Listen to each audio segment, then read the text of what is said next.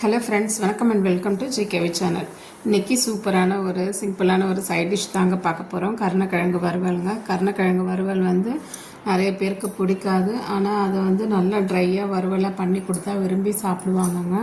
மசாலாலாம் ஃபுல்லாக கோட்டிங் ஆகிற மாதிரி வறுவல் பண்ணி கொடுத்தா எல்லோரும் விரும்பி சாப்பிடுவாங்க. வாங்க எப்படி செய்யலான்றதை பார்க்கலாம். அதுக்கு முதல்ல ஒரு கடாயில் கொஞ்சமாக எண்ணெய் ஊற்றிக்கிட்டு அது கூட கடுகு, சீரகம், உளுத்தம்பருப்பு போட்டிருக்குறாங்க. இதெல்லாம் நல்லா பொரிஞ்சு வரட்டுங்க. உளுத்தம்பருப்பு நல்லா பொரிஞ்சு வந்த உடனே அது கூட கொஞ்சமாக தட்டி வச்சுருக்கிற பூண்டையும் சேர்த்துக்கலாங்க. பூண்டு இந்த கிழங்குன்றதுனால நான் கொஞ்சம் பூண்டு சேர்த்துருக்குறாங்க. வாசனையும் நல்லாயிருக்கும். அது கூட 4 கருவேப்பிலையும் சேர்த்துக்கலாங்க.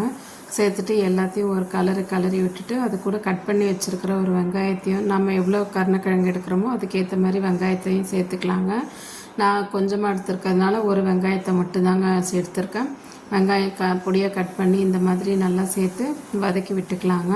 இப்போ வெங்காயம் ஓரளவுக்கு நல்லா வதங்கி வந்த உடனே இது கூட நல்லா பழுத்த பழமாக இருக்கிற தக்காளி பழம் ஒரு பழத்தையும் இது கூட சேர்ந்து நல்லா கலந்து விட்டுக்கலாங்க.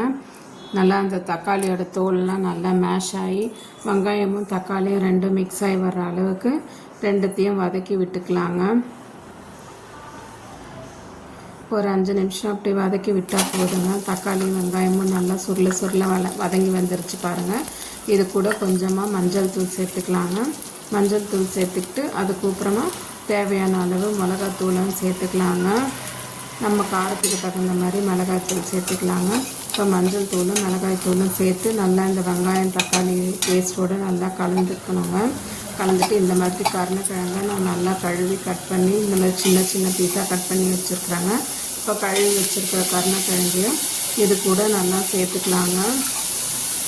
சிலருக்கு இதை கட் பண்ணும்போதே கையை அரிக்குங்க.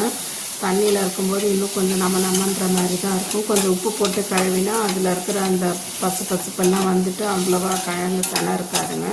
இப்போது கட் பண்ணி வச்சுருக்கிற கருணக்கிழங்கையும் போட்டு நல்லா இது கூட நல்லா கலந்து விட்டுக்கணுங்க. வெங்காயம் தக்காளி கருணக்கிழங்கு எல்லாம் நல்லா மிக்ஸ் ஆகி ஒன்றா இருக்க பாருங்கள். மசாலாவும் நல்லா கோட்டிங் ஆகுங்க.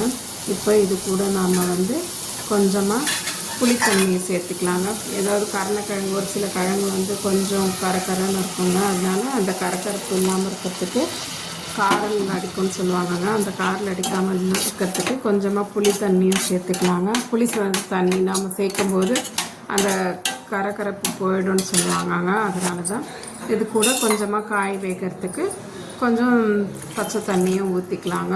அவ்வளோதாங்க. இப்போது நமக்கு தேவையான அளவு அந்த காய் எவ்வளோ எடுத்துருக்குறோமோ அந்த அளவுக்கு பச்சை தண்ணி ஊற்றினா போதுங்க. இப்போ இந்த காய் வெந்து வர்ற அளவுக்கு தண்ணியை ஊற்றிட்டு இதுக்கு காய்க்கு தேவையான அளவு நாம் உப்பையும் சேர்த்துக்கலாங்க. தேவையான அளவு உப்பையும் சேர்த்துட்டு நல்லா ஒரு கலரிட்டு ஒரு தட்டு போட்டு ஒரு 10 நிமிஷம் நல்லா மூடி வைக்கலாங்க. கருணக்கிழங்கு வெந்து வரணும். கருணக்கிழங்கு வெந்து வந்துடுச்சுன்னா பார்க்கலாங்க. இப்போ நான் மூடி வச்சு 10 நிமிஷம் ஆயிடுச்சுங்க. இப்போ ஓப்பன் பண்ணி பார்க்குறேன். இப்போ பாருங்கள், நம்ம ஊற்றின தண்ணியெல்லாம் சேர்ந்து மசாலாவோடு நல்லா மிங்கிள் ஆகி நல்லா கொதிச்சுட்ருக்கு பாருங்கள். கொஞ்சம் கெட்டிப்பட்டுருக்குது. இப்போ காய் வெந்துருச்சான்றதை செக் பண்ணிக்கலாங்க. அப்படியே நம்ம காய் கட் பண்ணி வச்சா ஈஸியாக இறங்குதா இல்லை கொஞ்சம் ஹார்டாக இருக்குதான்னு பார்த்தா நமக்கு தெரிஞ்சிருங்க. இந்த பாருங்கள், இந்த மாதிரி செக் பண்ணிக்கலாங்க. காய் வெந்திருக்கா இல்லையான்றதை பார்த்துக்கலாங்க. காய் வெந்திருக்கு. ஆனாலும் இந்த தண்ணியெல்லாம் கொஞ்சம் வற்றி நமக்கு இன்னும் ட்ரையாக வேணுன்றதுனால இந்த தண்ணியெல்லாம் கொஞ்சம் வற்றணுங்க. காயும் அதுக்குள்ளே இந்த கரெக்டான பக்குவத்துக்கு வெந்து வந்துடுங்க. அவ்வளோதாங்க. இப்போ திருப்பியும் ஒரு 10 நிமிஷம் அப்படியே சிம்மிலே வச்சு நல்லா மூடி வைக்கலாங்க. அதை பாருங்கள், தண்ணியெல்லாம் நல்லா சுண்டிடுச்சு. மசாலாவோடு எல்லாம் கோட்டிங் ஆயிடுச்சு பாருங்கள். கருணக்கிழங்கு வெங்காயம் தக்காளி எல்லாம் நல்லா மெர்ஜாகி கிழங்கும் நல்லா வெந்து வந்துருச்சுங்க. இப்போ பாருங்கள், வரன்னு கருணக்கிழங்கு சூப்பராக ரெடி ஆயிடுச்சு. அவ்வளோதாங்க. இப்போ நம்ம ஆஃப் பண்ணிடலாங்க. இந்த கருணக்கிழங்கு வந்து தயிர் சாதத்துக்கு கூட தொட்டு சாப்பிடும்போது சூப்பராக இருக்குங்க. லெமன் சாதம், புளி சாதம் அந்த மாதிரி சாதத்துக்கும் தொட்டு சாப்பிட்லாம். பருப்பு கிள்ளி போட்ட சாம்பாருக்கும் சாப்பிட்லாங்க.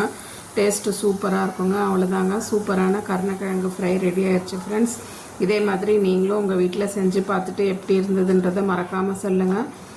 நம்ம சேனல் பிடிச்சிருந்தா மறக்காமல் நம்ம சேனலுக்கு சப்ஸ்கிரைப் பண்ணிக்கோங்க ஃப்ரெண்ட்ஸ். இந்த மாதிரி சின்ன சின்ன வீடியோஸு டக்குன்னு செய்கிற மாதிரி எல்லாம் வீடியோஸ்லாம் பார்க்கணுன்னா நம்ம சேனலை சப்ஸ்கிரைப் பண்ணி வச்சுக்கோங்க. அவ்வளோதாங்க ஃப்ரெண்ட்ஸ். இதை பாருங்கள், கருணக்கிழங்கு சூப்பராக ரெடி ஆயிடுச்சு பாருங்கள். அவ்வளோ டேஸ்ட்டாக இருக்குங்க இது சாப்பிட்றதுக்கு. கண்டிப்பாக மறக்காமல் நீங்களும் செஞ்சு பாருங்கள். மறக்காமல் சேனலுக்கு சப்ஸ்கிரைப் பண்ணிவிடுங்க ஃப்ரெண்ட்ஸ். இதே மாதிரி நாளைக்கு இன்னொரு வீடியோவில் பார்க்கலாம். பாய். ஆல்ரெடி நான் இதே மாதிரி கருணக்கிழங்கு வச்சு தவா ரோஸ்ட் பண்ணுறது எப்படின்றது நம்ம வீடியோவில் அப்லோட் பண்ணி வச்சுருக்கிறேன். அதையும் போய் பாருங்கள். அது ஒரு மெத்தடு, இது ஒரு மெத்தடுங்க. எதில் வேணாலும் செய்யலாம். ஓகேங்க ஃப்ரெண்ட்ஸ். பாய். நாளைக்கு இன்னொரு மாதிரி இன்னொரு வீடியோவில் பார்க்கலாம். பாய்.